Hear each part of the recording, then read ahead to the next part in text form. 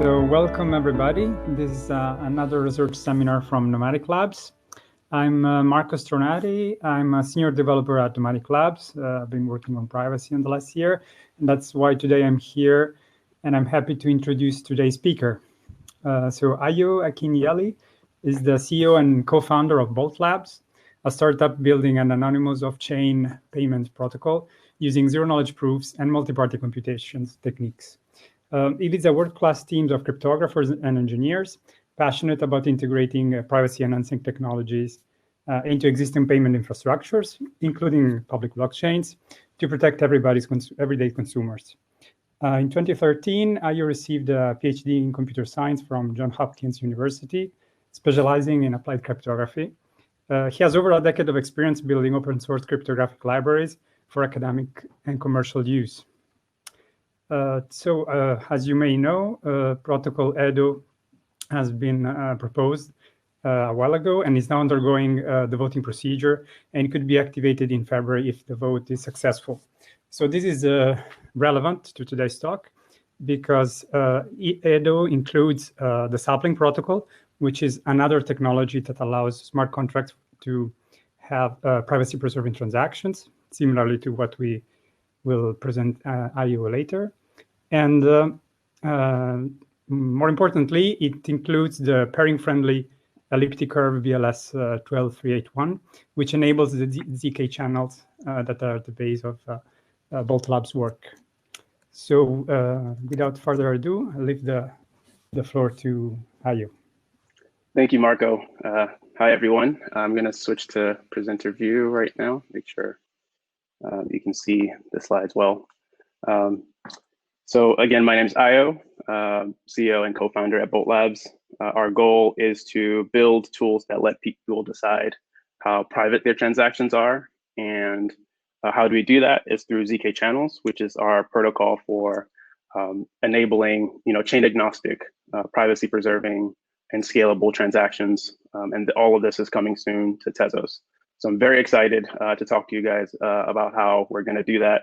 And the rest of this talk is going to be structured as follows. So I'm going to first give you some background on the protocol that inspired our approach, Lightning.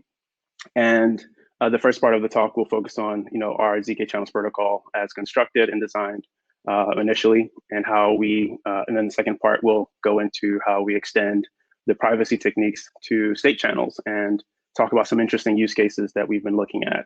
And then the third part of the talk, I'm going to talk about how we're deploying on Edo and some of the exciting things that we hope to accomplish with our protocol on Tezos. And then finally take some questions and go from there.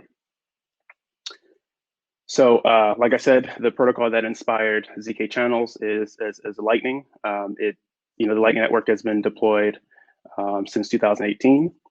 And the payment channels on Lightning offer a number of important properties, instant settlement, no counterparty risk, low transaction fees, and the scalability that has been possible on Bitcoin is as a result of a series of networked payment channels that allow two users, Alice and Bob, to pay each other through these routing nodes that form around payment channels in a way where they don't have to have a direct channel. And so we've seen an uptick in adoption across exchanges, merchants, and so on.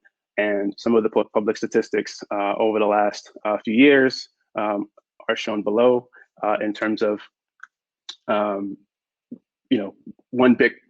Bitcoin, 15,000 nodes are on the network with about 36,000 channels. And so we're seeing this growth, and in particular with exchanges over the last year and a half, we're seeing it Lightning being used for increasing the efficiency of deposits and withdrawals by taking the transactions off chain. So how payment channels work? Lightning is essentially a symmetric protocol where channel state is basically two-sided, or it's managed in a two-sided way. So Alice and Bob get together and form an escrow transaction to lock up about 1 Bitcoin and to secure their funds. And they broadcast this to the chain and form two commitment transactions that represent the balance, the allocation of funds in that channel. And at any point in time, they can broadcast this before they make a payment to get their money back. So their funds are always safe. Whenever Alice pays Bob, they just exchange signatures on a state update. And so this commitment transaction right here allows Alice to kind of get her money back after the payment, and similarly Bob. And so as you can see, Alice and Bob both have the same view of the channel state. At any point in time, neither party can close a channel. Now, one thing to keep in mind is that on Lightning, if Alice broadcasts an old state of the channel, Bob has a way to punish Alice. And so because this is considered a double spend attempt. Now, if Bob is actually a hub, what happens is Alice and any other customer that's connected to Bob are revealing information about their transactions. Bob basically sees everything as the hub. And that is one of the important problems that we are trying to solve with zkChannels. And that is introducing some asymmetry where Alice gets to hold on to the channel state information, and Bob just gets proofs of payments to certify that he's interacting with someone that they have an open channel with. And so this is how things work on Lightning, and effectively all other blockchains basically derive from this type of design.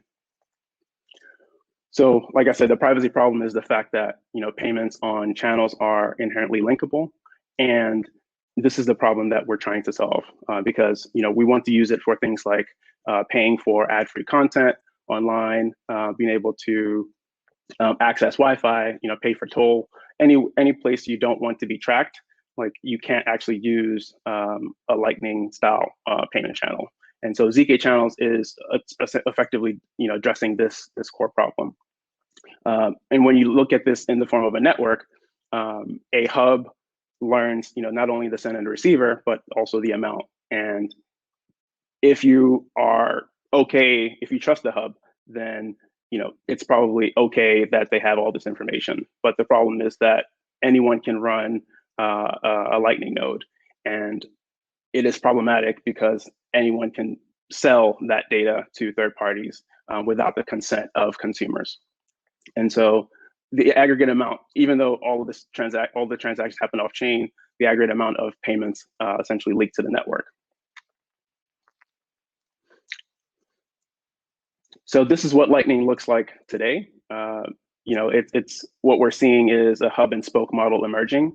There are many hubs on the network, and they have hundreds of channels. And this is really because of the capital requirements to run a node. You're locking up funds for a period of time, and therefore users sort of gravitate to well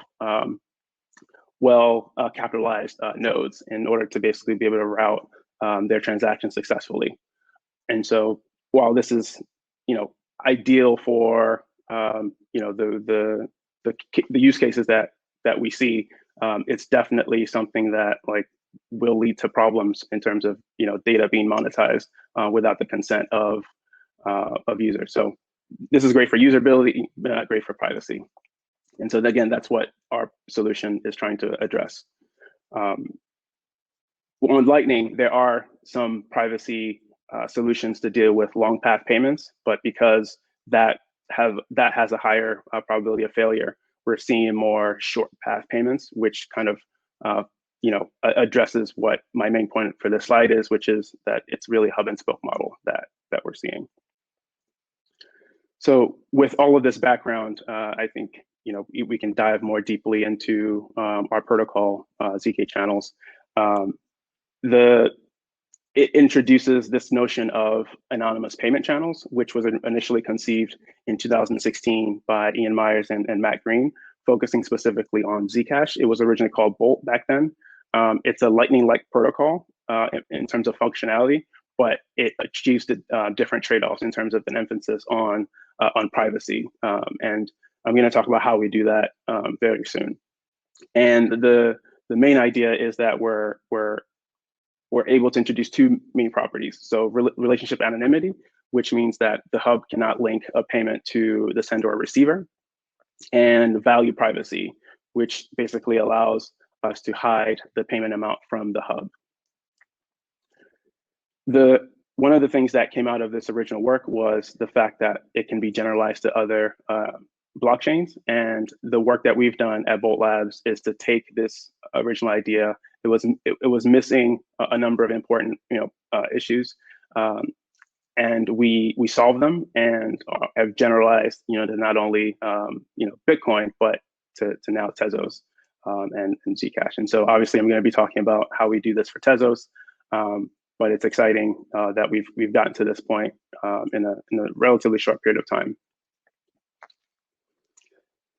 So like I said, zkChannels is a approach to introduce asymmetry into payment channels where the customer maintains the balances and the hub or the merchant side just basically sees proofs of payment. It looks slightly different depending on the blockchain, but for Tezos, the guarantees are still the same. And that means that the payment amount is hidden from the hub, the sender receiver, hidden within a set of open channels. And that's where an anonymity set comes into play. Basically, the hub has a lot of open channels with customers. And so the customer gets to hide in that anonymity set every time they interact with the hub.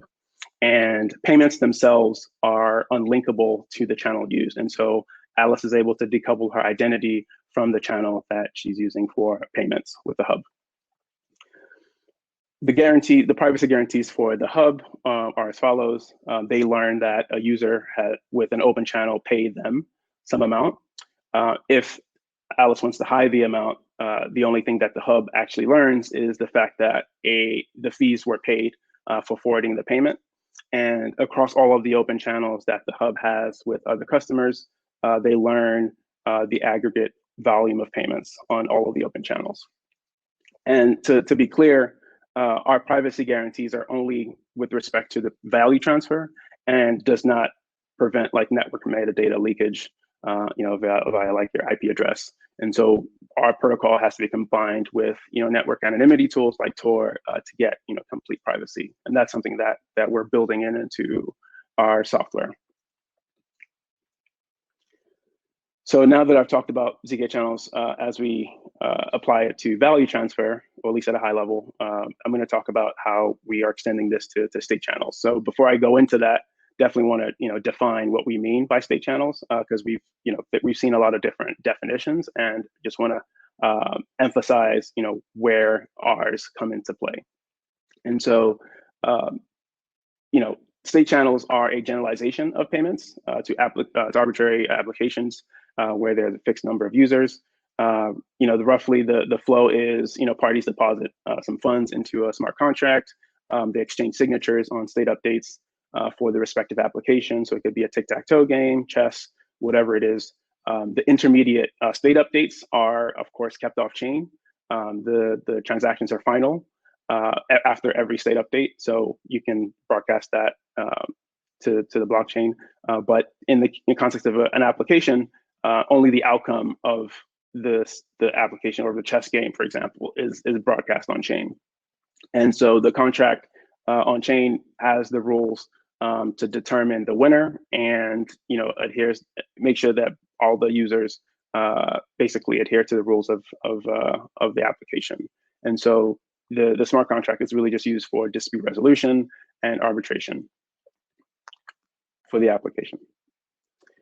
So the main benefits for state channels, which is a really powerful construct for scaling, is instant settlement. You can get high throughput, low transaction fees. You're taking complex application logic completely off chain. And we're seeing a number of compelling use cases for where this can be used.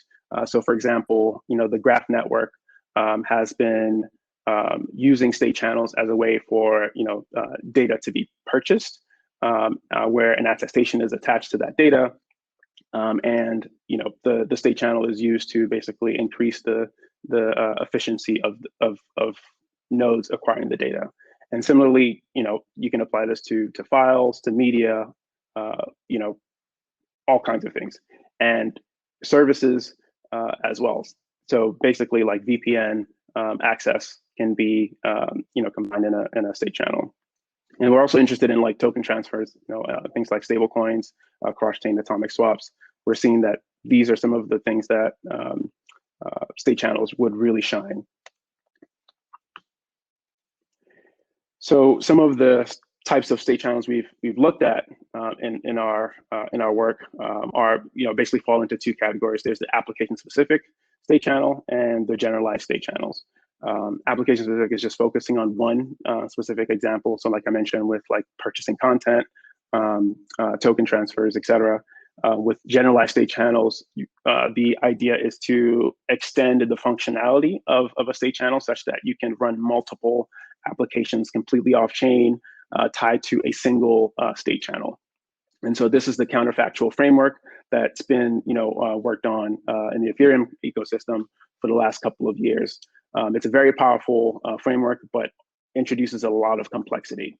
And so in terms of how the smart contract gets originated and being able to send funds to a smart contract that's actually not on chain yet.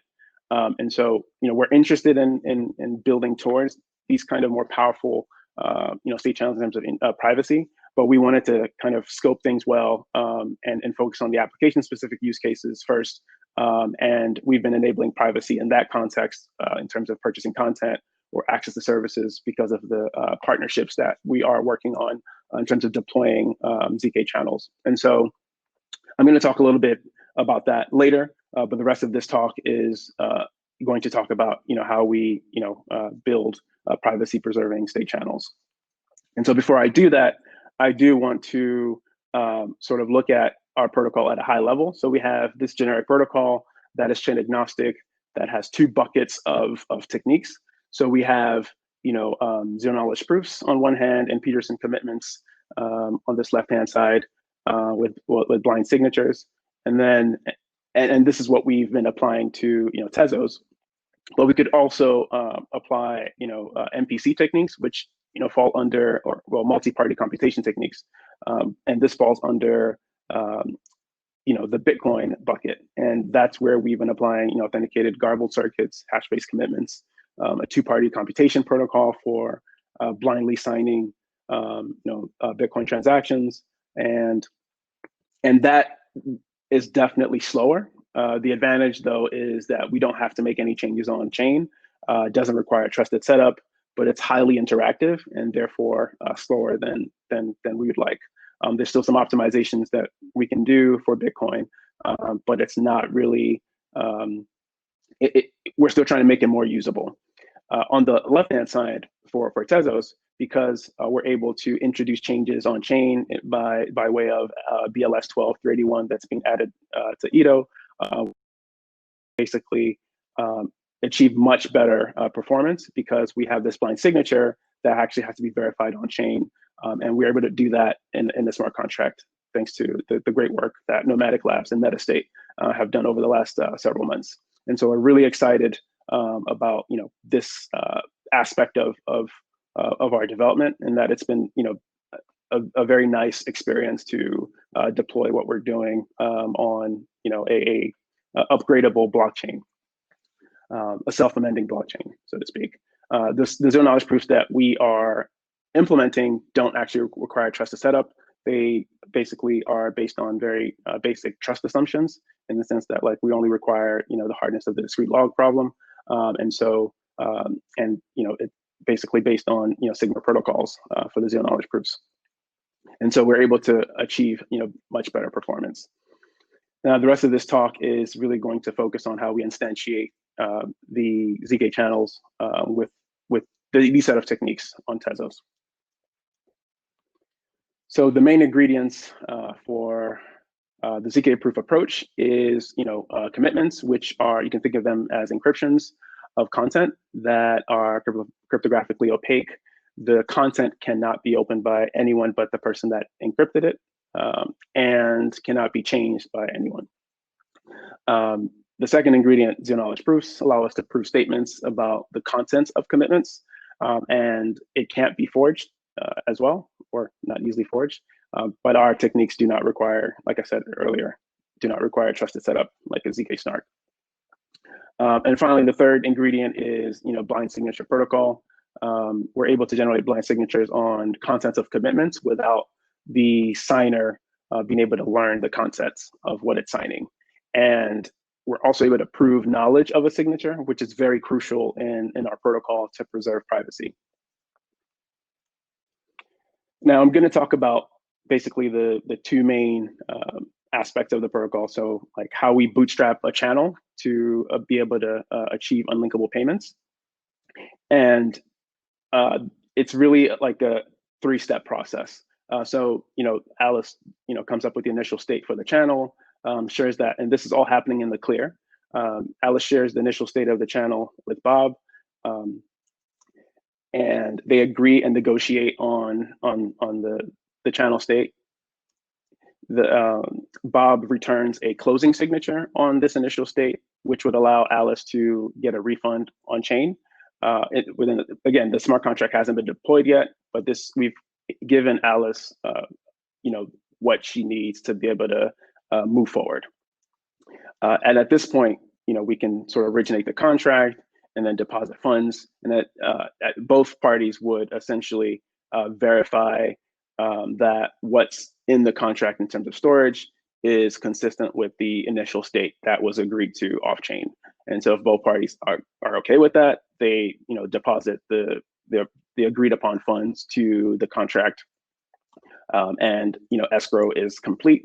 And then the channel gets activated when Alice gets a payment tag on the initial state of the channel. Now, again, all of this is happening in the clear, but the payment tag is a randomizable signature. This Bob Sig is also a randomizable signature. But these are the two main things that come out of establishing the channel. And the initial state has a couple of things, a nonce, which is part of every state, and then similarly a revocation lock, which is also part of every state, a lock and secret. Now the nonce is never released on chain, and it's completely an off-chain construct, whereas the revocation lock is something that is broadcast on chain, and it's basically an identifier for the state. And if Alice ever tries to double spend an old revocation lock, the Bob will be able to catch this. And so the revocation lock is essentially how that happens. And so the state is really just focusing on this piece of the channel state. Now, after the payment tag has been received, the customer has to unlink from the channel. And this is because everything's happened in the clear for opening the channel, and now Alice has to unlink the payment tag and decouple their identity from the specific channel that they've established with Bob. And so the next step is really talking about how we do that. So the first phase of unlinking is, and this is what we call the payment protocol. The first step of unlinking is to take the payment tag that was received after activation, generate some new commitments to the new state of the channel, and then reveal an old nonce. Like I said, the payment tag is randomizable, so it's not exactly linked to the previous session. So Alice generates a proof, set of new commitments to the state, and reveals a nonce. And the nonce, again, is completely off-chain and never goes on-chain. And it gives us a security against if the merchant aborts at any point during the protocol. The nonce is the only thing that they've seen. After Bob checks the proof, they're okay with it. Bob returns a closing signature on the new state of the channel. Alice has now a way to get a refund. And phase 2 involves Alice revealing the old revocation lock and secret for the previous state of the channel. Now, keep in mind that at this point, Bob has only seen, so Bob has released, the revocation, Bob has released the closing signature, but it hasn't released a payment tag for future payments for Alice. And so the way to unlock that is for Alice to reveal the revocation lock in secret. And so once that happens, Bob, issues a new payment tag for future payments. And that's the two phases of the protocol that allows us maintain unlinkability from Alice's payments. So the boxes that I showed here, which represent what we're actually doing, is what I'm going to basically talk about next. And that is, so this is really effectively we're producing a zero knowledge proof, and we're basically executing a blind signature protocol on the commitments to produce a signature directly from the commitments after we've verified the proof. And so the magic of the zero knowledge proof is really having a way to prove knowledge of the signature on the previous state, proving that the Alice has a sufficient balance in the channel for the payment, and then the updated balance after Alice has made the payment is greater than zero. Those are the three things that we achieve with zero knowledge proofs. And if the proof is valid, then Alice gets a new closing signature on the new state of the channel.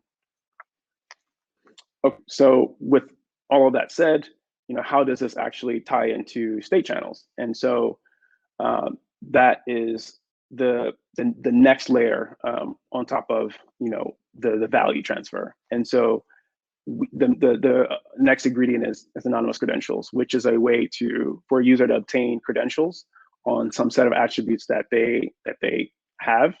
So for example, like a user being able to get a credential for their license, and being able to, so they share their license with the issuer, and they get in exchange a credential that says that they're older than 21, and they can then prove with these credentials to a service provider that they have that attribute. And so in the case of say a VPN, a user could basically say, I have paid for a service, and here's my credential that reflects that, and it's anonymous, and so it isn't tied to issuance. And so the great thing about this primitive is that it allows us to do some very interesting things on top of zkChannels, such as not revealing more info than and preventing tracking. And so the goal for integrating this primitive into zkChannel is to allow us to be able to purchase access credentials while benefiting from the linkability properties of zkChannels. And that is effectively what we're building for Tezos. And so the flow for that basically looks like this. So you have a customer with a bunch of channels with merchants, a merchant with a bunch of channels with customers. And this part represents the zkChannels payment session that is unlinkable. And again, we're combining this with Tor, so the merchant can't identify the IP address necessarily of interactions with the customer, on top of the value transfer unlinkability. And so with those guarantees, the merchant issues a anonymous credential that has the state for the application, which we consider auxiliary information that's passed in through this through the zkChannels payment session. And keep in mind that there's no identifying information in the auxiliary data. If that were the case, then this approach wouldn't work. But because it's our use of anonymous credentials, ensures that there are no identifying information in the state.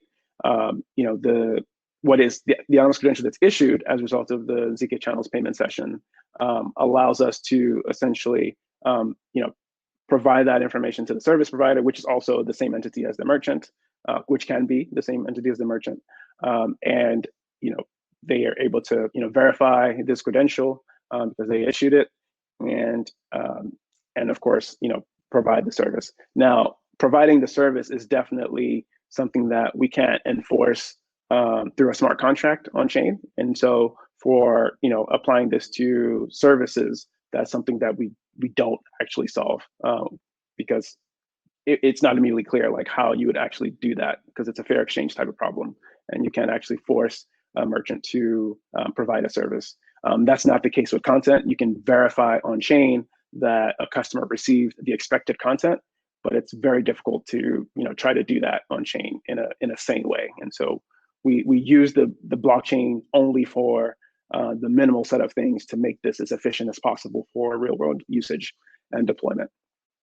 So this is the high level idea of what we are trying to accomplish. And so now I'm going to transition and talk about how we've been trying to deploy zkChannels on Edo. And the main building blocks are this blind signature verifier that we need for checking the closing signature in a smart contract, and that's what we implement using BLS 12.381 that is exposed in Edo. And we're able to benchmark our not only the off-chain performance, but also the gas consumed. So far, it's been in a Tezos, but we've been able to kind of get an estimate and see all of the improvements that have been made to improve gas costs. And so, payment is efficient in terms of being less than 200 milliseconds. The verification for payments are also efficient, and the gas costs. We haven't been able to sort of quantify whether this is practical yet, because we know that there's still optimizations that are being worked on in Edo, and so these aren't optimized numbers, but this just sort of gives you an idea of the cost of deploying our zkChannel contract with the complexity of what we're doing off chain. And so we have 34,000 consumed for opening, and then 59 and 31 depending on which side is closing. And so for the customer, keep in mind that they're doing the blind signature verification, whereas the merchant is just doing a traditional signature verification. So that's like ED, DSA signature. And yeah, so that's those are the benchmarks for Edo so far. And now I'm going to step through how we implemented channel opening and closing, and how this interacts with what's going on off chain. And so the parties have agreed to the initial state of the channel. They basically originate a contract with some of the parameters. So the revocation lock is the one detail that is embedded in there. The initial balances and the status of the contract is we're waiting funds. And so the customer uses the entry point to add funds, and then the merchant has their own entry point to do the same. And so the initial state is the channel ID, the initial balances, and the revocation lock. So once that has happened, the customer goes ahead and deposits the funds into the channel. So in this case, they can send 10 Tezos. And if it's a dual funded channel, and when both sides have deposit funds, the channel state, the contract state goes from awaiting funds to open, and the balances are reflected accordingly.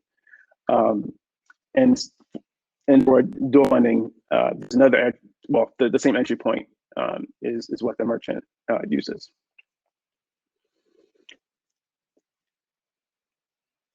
Cool. So this just shows more of our transition from awaiting funds to open. If the second party fails to open the channel, the first party can basically reclaim their funds via the reclaim funding entry point. And this is just to sort of make it easy for exiting a channel if the other side is non-cooperative. And so we add that as another entry point. And based on our understanding of how to optimize smart contracts, we're sort of evaluating ways to that. And so if there are, we're open to sort of reimagining our smart contract in better ways based on how based on the feedback from the community. But this is currently how it works. And so we have this reclaim funding entry point that allows the merchant or the customer to basically get their money back if the other side is not cooperative. And so for closure, it is similar as well. So we have a cus-close entry point for the customer, and then a merchant expiry entry point, again, specifically for the merchant. And these are basically there to sort of simplify the logic around each closure, each type of closure. And so when the customer initiates, the closure, they're basically broadcasting the closing signature they got from the merchant, and and this is over the most recent balance and verification lock. And if the signature is valid, the merchant is paid their balance subsequently later, and the customer's balance is updated. And so the contract goes from open to essentially, the cus-close status, which basically means that the customer has initiated the process of closing. So we do kind of embed a time period for challenging the outcome of the state channel. And so if the customer attempted to close on an old balance, the merchant can basically dispute with the revocation secret, and that's what the merge dispute entry point allows them to do.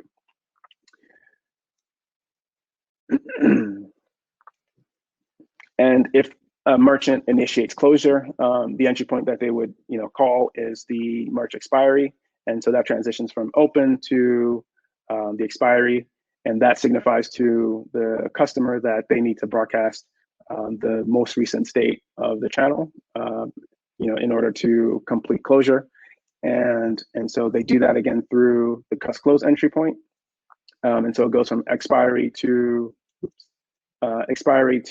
cus-close again, and then the payout is as before, where both sides can get the appropriate balance.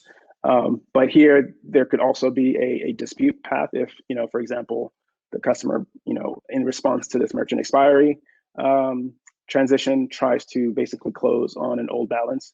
The merchant can still kind of dispute that as well. So in summary, zkChannels is a way to offer privacy to consumers, allows them to decide who they share information. We've been working on enabling some very unique use cases in terms of applying this to VPN services, allowing customers to buy access credentials for VPN and getting protection or privacy protection from the provider of the service, in that the service provider can't link the issuance of the anonymous credential for the service to the usage. And that's the main guarantee that our state channels allow you to accomplish, just this decoupling between issuance and usage of the credential. Also, private value transfers across chain. One of the things we've also been interested in, how do you sort of bridge Tezos to other blockchains using zkChannels, and onboarding users to crypto privately on layer 2 and building a better user experience around that, and with our protocol, and also looking at stable coins as well. And so with that said, I am ending a little early, but if there are questions, I'm happy to take them at this point. Thank you. Thanks, Ayo, for the presentation. My pleasure. So let's wait a few minutes for questions in the chat. In the meantime, I have a bunch of them, so of mine. So I'm happy to No problem. To use this pause. So I'm particularly interested in the use cases. So you mentioned already several things which were interesting. To me, it's kind of counterintuitive at first when you think about anonymity.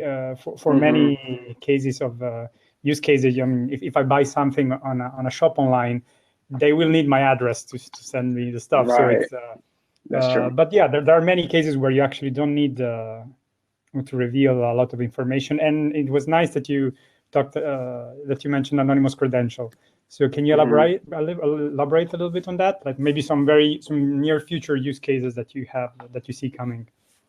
Yeah, so I think being able to buy content, and so do you mean specifically with like content and services, or beyond that? No, it's fine. Like, no. What are the potential customers that you see coming to both labs in the next years? Like, okay, gotcha. So one of the partners that it isn't public yet, but there's this company, SpiderMix, that has a joint venture with private, and they're building a decentralized VPN solution. Solving the routing layer problem, or decentralizing the routing. And they are integrating our protocol so that we can achieve, this decoupling. They want to support. They're not tied to a token. They want to support, many different payment methods, and kind of offers them a way to do that in a clean way, compared to having a token that is and only being tied to that token. And so that is one partner that we've been working with for the last several months that we're hoping to deploy with this year with our solution. And so they're essentially using zkChannels as a payment method where it's embedded in the VPN node, essentially, to allow a user to pay anyone that's deploying SpiderMix in a way that like they don't have to link their identity to every payment. All right. Okay. Okay. So, and the connection to anonymous credentials, you mentioned, yes, like proving that you're maybe over 21 or stuff like that. Is that right? So in this something case, that you're actively developing, or are you building on somebody else's work? Yeah, so it's a combination of both. So we're building on existing work from Signal. So they have this keyed. I forget the paper, but it's an anonymous credential that has the properties that we need in terms of allowing one issuer, the issuer and the provider, where you still get unlinkability from issuance and usage. And so this is something that we're active, and we're building on the code base that Brave is integrating into their browser for anonymous subscriptions, and it's all in Rust, and offers us a way to sort of kind of stand on the shoulder of others that are working in this space. Sure. Does that help?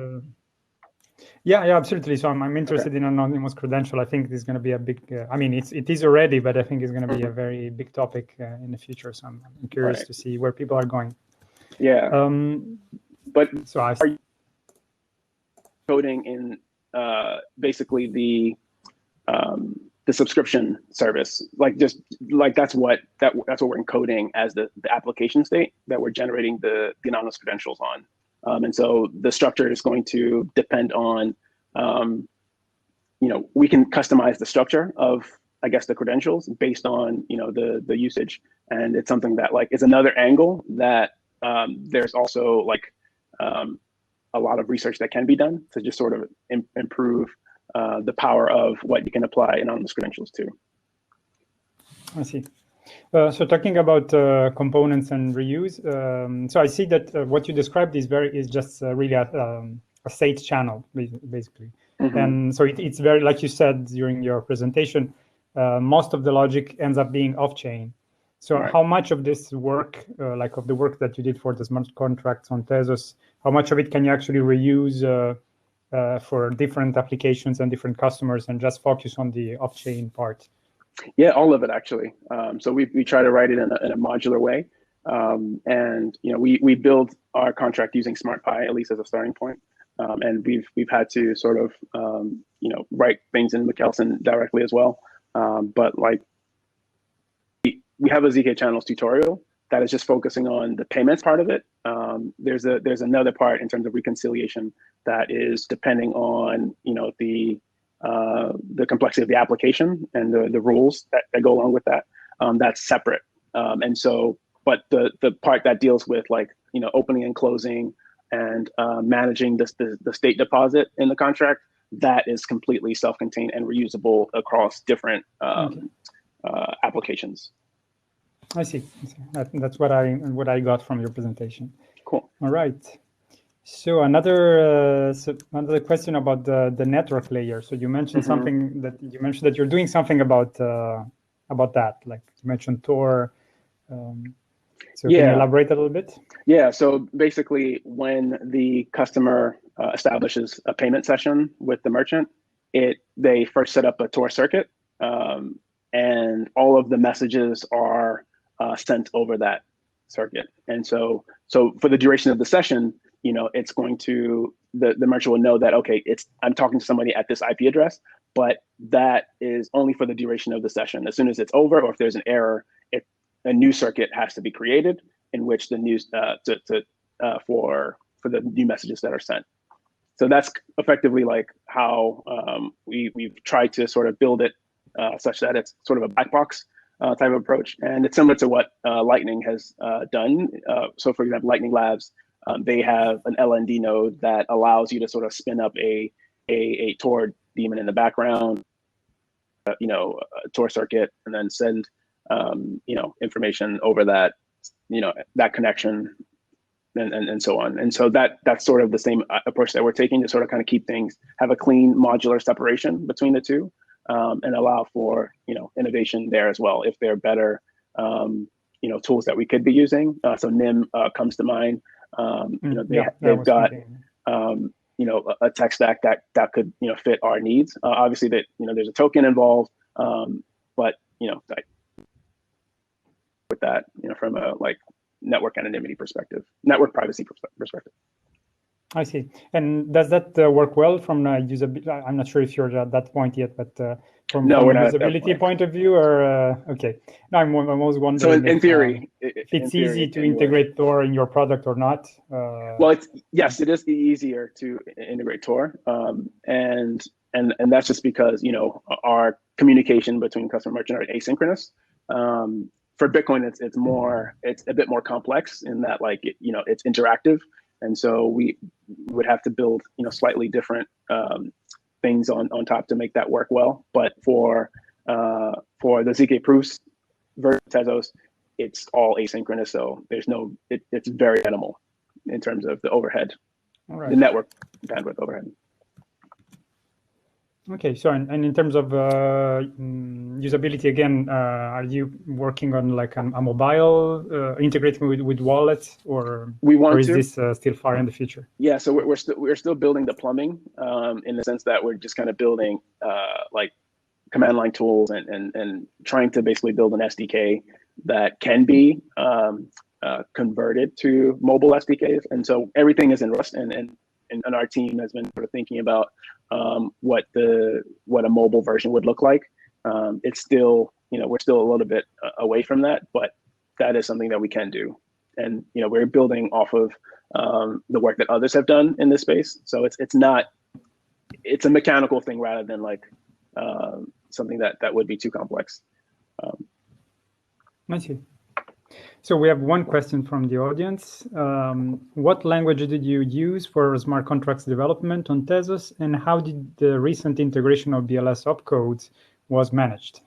Very good question. So we started with SmartPy, and so we've been working with Francois Morel for a while, and we first hand-tuned or wrote manually the McKelson instructions using BLS 12.381.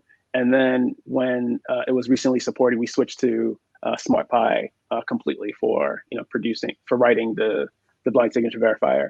And so it's really been SmartPy. We dabbled a bit into LIGO. I'm not sure which way.